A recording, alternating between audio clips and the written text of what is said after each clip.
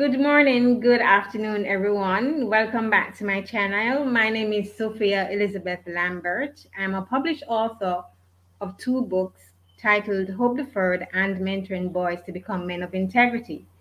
Today, we are continuing with our series in mentoring boys to become men of integrity, and we're looking at men needing to get better for themselves.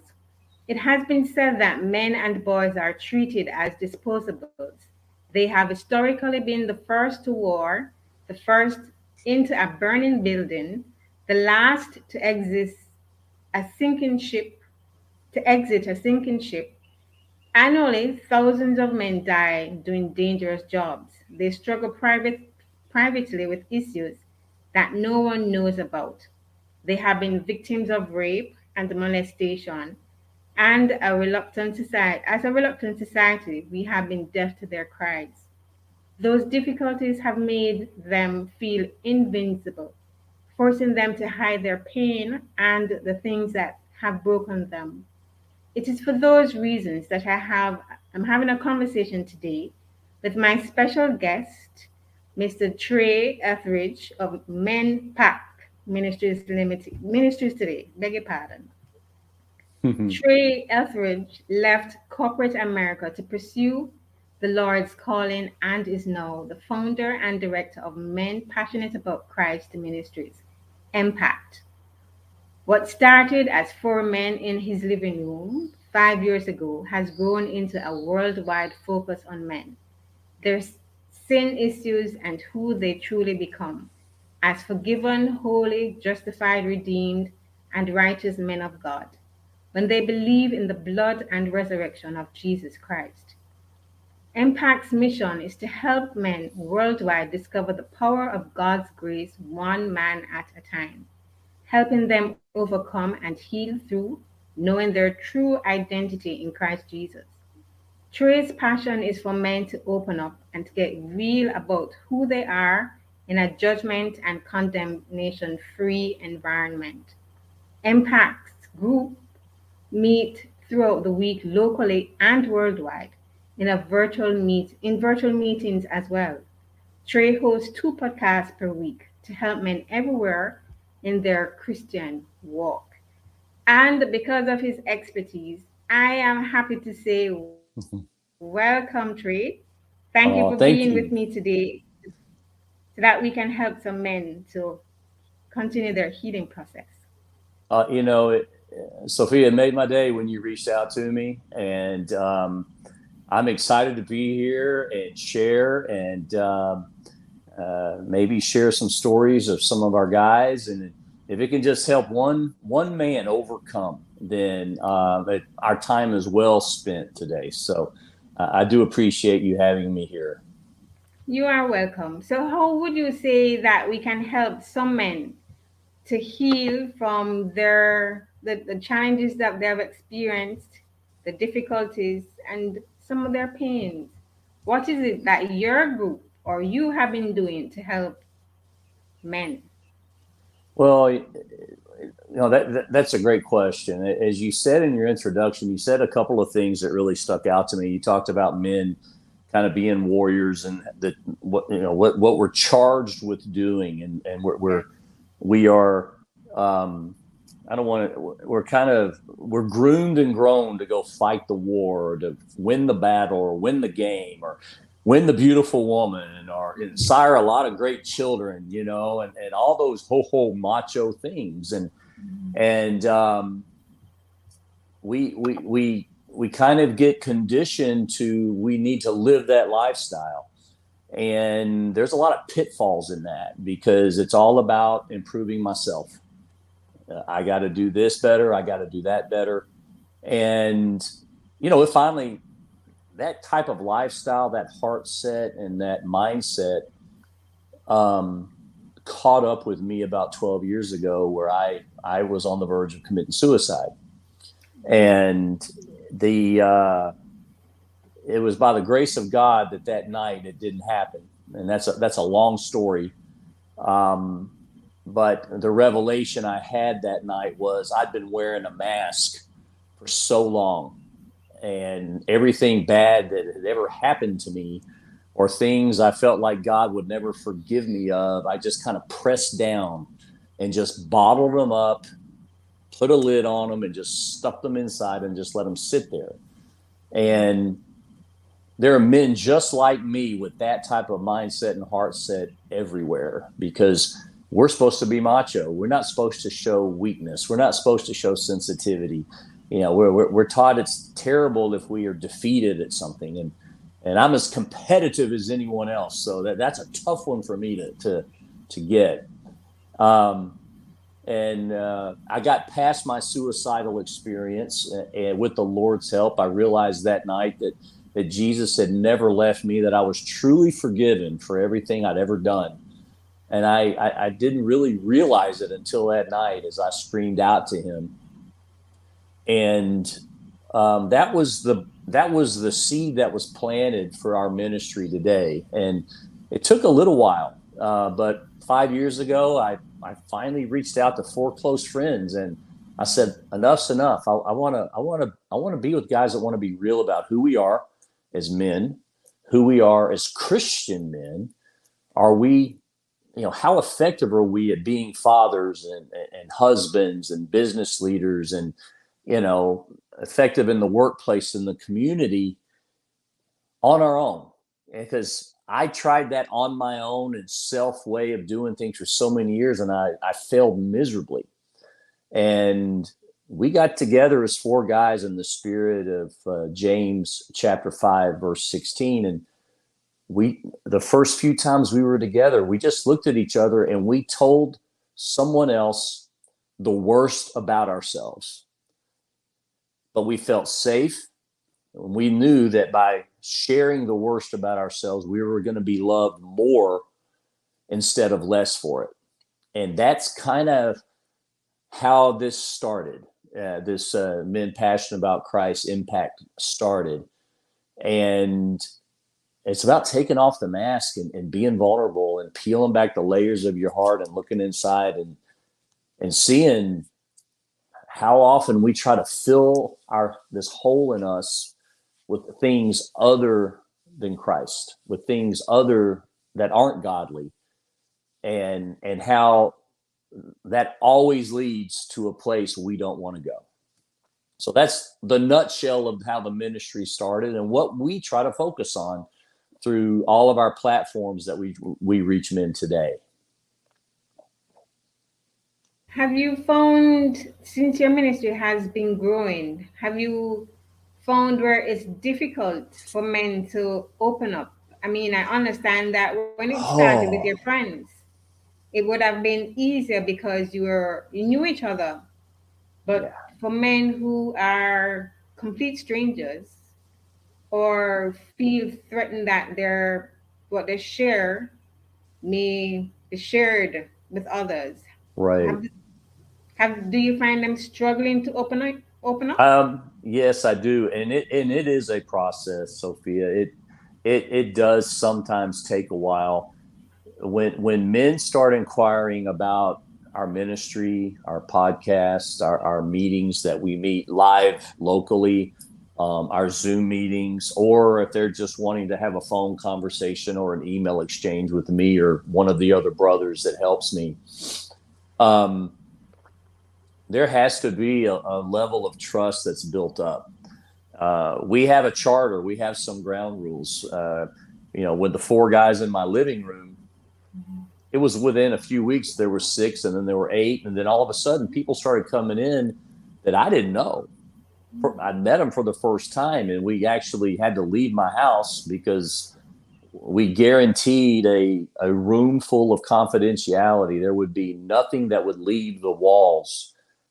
Anything said was going to be approached in a non-judgmental, non-condemning way, but just that piece of that man opening his mouth and getting those things out, you see a healing process begin. And so we actually moved to a private room at a local restaurant for breakfast. And after about a month or a month and a half, there were some men that would come in and sit there and not say a word. And then after a while, you just saw just little things happening, the little pieces of the mask being taken off, and some of the revelation, and men that would just say, okay, this has been haunting me for so long. I've never told anyone this story, but it's been there for 40 years and I don't know how to shake it because I think about it every day. And those are the type of discussions that all of a sudden started happening. And as men started confessing sins, knowing that it was safe, knowing that no one was going to go home and talk to their wives about it, or anything else, knowing that they had that safe place, it was amazing the stories that came out of men that just would think, man, God can't forgive me for this one. Or, Trey, are you telling me God will forgive me for this? Um, can I give you a specific example? I'll make it anonymous, but we had this one gentleman who was joining us, and he was a pastor's son and grew up in the church. And he came to a few meetings, and he didn't say a word other than just listen. And he had a little notepad, and he would take some notes. And brothers were sharing. They were sharing their problems with pornography. They were sharing their problems with extramarital affairs. They were sharing their problems with lust or alcohol or drugs. They were sharing their problems with money or idolatry, just trying to keep up with the, other people that are doing things in the world. And all these things were coming to light. And finally, this man, there was a lull. And this man, I'll leave him nameless. He just said, Jenny Smith. He just mentioned a woman's name. And I said, yeah. And he started crying. And we don't follow up immediately. We just let him get it out. And but he sat there for like a minute and a half and not saying a word. And I said, well, tell me about Jenny Smith. And he said, she was my first sexual experience. And I said, okay. And he said, she was 14 years old. I was with my brother and some friends, and there were several of us with this one girl one night. And I can't shake it. I don't think God will ever forgive me for that. He says, what God set up as a holy union between a man and a woman, I had relegated it to being drunk with other guys involved. And he had never said a word about that. This man was 57 years old when he told me that story that happened to him when he was 14. And as he started talking and just thinking, there's no way God will ever forgive me for that. And this man is a pastor's son. You could just see the weight just kind of coming off of his shoulders as he continued to talk. And then we went into what the gospel truly meant and what Jesus's blood truly means.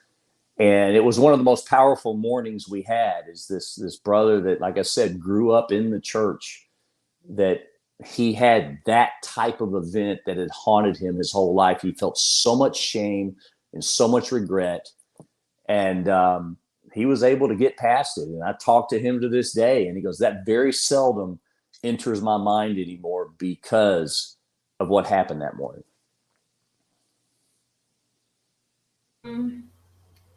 That story that you shared, it has Mm-hmm. been, it's something that I have personally wrestled with in the fact that I have heard, because I've mentored boys, I have Mm-hmm. had similar stories shared with me. Mm-hmm. And I can say it appears to be a cultural, or not a geographical culture, but a male culture to have what I call gang rape. Mm. Um, there are many women, and I'll share a report that um, an incident that was reported last year in Jamaica, where a group of guys sodomized a girl. Mm-hmm. So it wasn't a vaginal rape. They had sodomized her, all about Mm-hmm. 3 or 4 of them, Mm-hmm. and it rocked us as a society. Sure. Because for me, it showed. For me, I thought it was a progression from the gang vaginal rape to now a gang sodomy rape. Mm-hmm. And I'm wondering, how can people like yourself make or help guys who are struggling with, if let's say a group of friends approach a friend and say, hey, let's do this. How can a young man, what would you encourage a young man to be bold enough to stand, to be that one Mm-hmm. boy or man or young man to Mm-hmm. say no, I will Yeah. not do it. There's a guy who once told me that he did not participate, but he sat and watched. Mm-hmm. So how can we help them to see, as you said, the impact that it will make on them, and Mm-hmm. how to say no as well? That that's well, that is a deep, deep question. The circumstance I gave you was was not quite as severe. It was not a great situation at all, but that's just how he was indoctrinated to sex, and it skewed him for the next 15 years as some other things happened in his life. His idea of sexuality was totally skewed, and it led to some pregnancies that were terminated, and with women that he dated, and all of these things. It kind of set the stage for him for some things that happened later that weren't good either. You follow what I'm saying? And um, I would say to that young man that is there is the one thing we dive into more than anything else is what's our identity? Who are we? If we are Christian men, if we believe in the blood of the cross and the resurrection of Jesus, our identity changes. Okay. And so my words to that man that I spoke about the story earlier was, this, you love Jesus. Jesus loves you. That is no longer what you did 40 years ago is not who you are anymore. So you can rest in the forgiveness of that and put it aside and let it go. To our new guys, the younger Christians, or even the younger men that might not be Christians, uh, we ask them to look deep inside about, who are you truly? And if you're Johnny, okay, what does that mean? Well, tell me a little bit about your background, how you were brought up, your mom and dad, your family life. And if you're Johnny and you're not a Christian, we always say, if you're in that situation, play the tape until the end. Just imagine that the second the guys rally around you and ask you, hey, there's somebody willing and let's go, or there's somebody not willing and let's go. The second that happens and they ask you that, begin a process in your heart and your mind. If they started filming this right now, how is the tape going to end? 9 times out of 10 in a situation like that, 10 times out of 10, the movie's not going to end well. So we try to talk to them in those type of terms. And even men today, through the older men, the more seasoned guys, that we have temptations every day that we get up, we're tempted on something, and we create an atmosphere and a communication system where men, I've got a group of men that if they just send me a different emoji on their phone that they've never sent me before, I know something's up. They're contemplating something, or something's going through their mind or their heart. I'm going to give them a call. I'm going to talk to them at that moment. So I'm rambling a little bit here, but what I'm trying to say is, number one, play the tape out to the end. When this is over, when this night's over, you're going to wake up in the morning, look at yourself in the mirror, and say, hey, I persevered? Or are you going to look at yourself in the mirror and go, oh man, what was that last night? And we go through that exercise with men all the time of all ages. So not sure if that helps much, but that's kind of the way we approach things with the guys. That, yes, that was fantastic. Because the question of who am I is very important and it's asked by everyone. So for a young man to be able to look into himself and see, answer that question, just to who am I really? Who am Mm. I? Who is it that I want to become? Mm-hmm. So that is a very good question to ask. I, if you don't mind sharing just some other experiences that you are aware of that you know can help a young man to overcome or to know that he's not alone. How is it that Yeah. they can get better for themselves by Well, the you choices know, that they make? for the younger guys, I mean, I always use sports figures, and I don't want to date how old I am, but I read a book by the NBA player Larry Bird years ago, and Michael Jordan says pretty much the same thing in his writings. The writings about him is, I'm only as successful as the people I surround myself with. It makes a huge difference on who you surround yourself with, and do they have those goals of growth. um, I know a young man and I'll give this story. I know this young man that was an A student through his junior year of high school. He was accepted to go to the college he wanted to go to, and he still had a year of school to go, but he just kind of checked out and turned it off and started hanging around some guys that, you know, smoking a little, doing a few drugs, party scene. And he just lost his motivation for going to class. And after the course of that senior year finished and he's getting ready to go away to college, he gets a call from that college saying, hey, we saw your final grades and they're not sufficient anymore. So we're withdrawing your acceptance into our university. And he was shattered. And he was shattered so much that he there was a way out for him to get back into that college, but it involved a lot of extra scholastic work, and his heart wasn't there. And I just saw him continuing to flounder and flounder and flounder.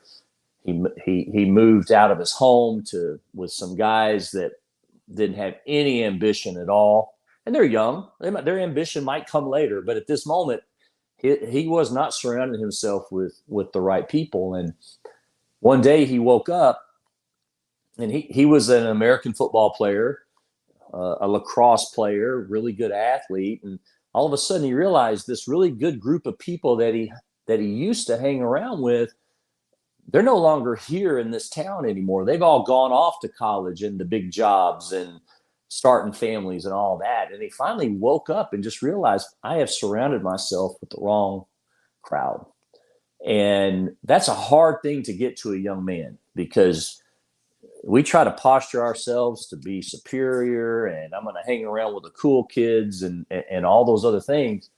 And this young man woke up one day and said, that's it. I'm going to make something of my life. He enlisted in the Navy. He's now an electrical nuclear engineer on a submarine. And when he gets out of the Navy next year, Wow. he's going to be marketable to every private company to make a very good living. And he hasn't started a family yet. He's still single. He's in his younger 20s.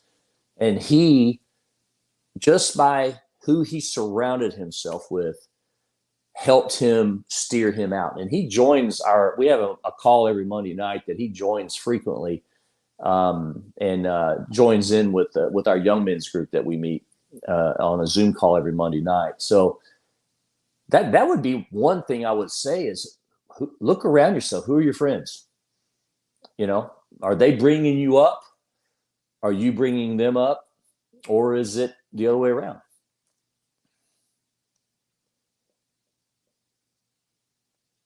That is so true. The company you keep can, as they say, either make you or break you. Mm-hmm. Now, my final question for this segment is, we see men struggling emotionally, psychologically. What would your advice be to them for them to allow the Lord to heal their brokenness? Yeah. Um, Go ahead. Yeah, that's near and dear to our heart right now up here in Florida. One of our brothers, that's part of MPACT, um, his dad is a personal friend of mine, and I know, and I'm going to use their first names because I know they won't care. And his 23, 4 year old son, his name's Alexander, and his dad is GT. And Alexander had a servant's heart, but he struggled so much with anxiety, stress, depression, and then you put on top of that a substance abuse problem, and it's just a recipe for nothing good. And GT and his wife Tracy, who are dear friends of mine, for 10 years, he has struggled through these, and he is also on medication for the anxiety, depression, which he never took. He was so prideful and just wouldn't take it. And sure enough, on February 7th, he overdosed, and we lost him.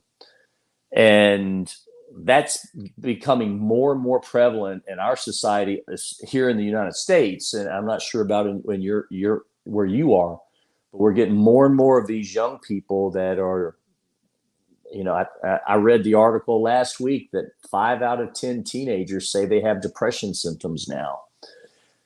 So how do we handle that? And as a church, and I say this just from the perspective of where I'm sitting, we're really, really good.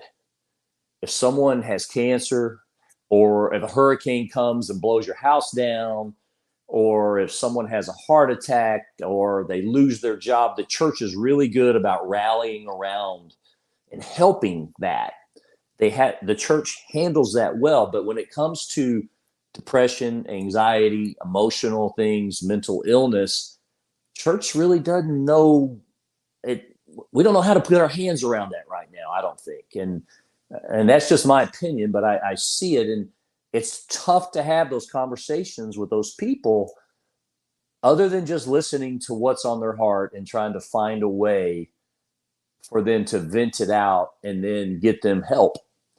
I'm no psychiatrist, psychologist, so it's out of my wheelhouse. But if someone does come up to me with depression, anxiety, or emotional issues, I ask a lot of questions, and then I be quiet and I let them speak. And as I learn more, I know, okay, this guy's got an alcohol problem. I've got a man in my ministry that was redeemed and overcame, and he was saved from alcohol through Christ. Or someone's got a pornography problem that leads to the depression and isolation that pornography causes. That's half the battle, is you isolate yourself so much. I know I've got somebody that can help them with that. So our ministry serves as a support type system, and then we will try to steer them to more professional, educated or trained people to deal with the deep emotional, mental illness type situations. Um, you mentioned earlier about your struggle with suicide ideation. I'm sure, well, because of studies I've seen where young men have been struggling and have committed suicide, we it seemed to be having growing since the pandemic started. Mm-hmm. So, in our next, if you don't mind sharing, in our next segment, is it possible for you to share some of the struggles so that the young men and men who see this will be able to say that, to Yeah. know that they're not unique at all, because the Bible does No. tell us that our sins are not unique. No, not at It's a all. You're common right. thing. Absolutely. Absolutely. So, okay, I let me just change or end this segment. Viewers, thank you for watching. I ask that you see part two of this discussion with Mr. Trey. So, thank you for watching. Have a good day, and I'll see you in the next video.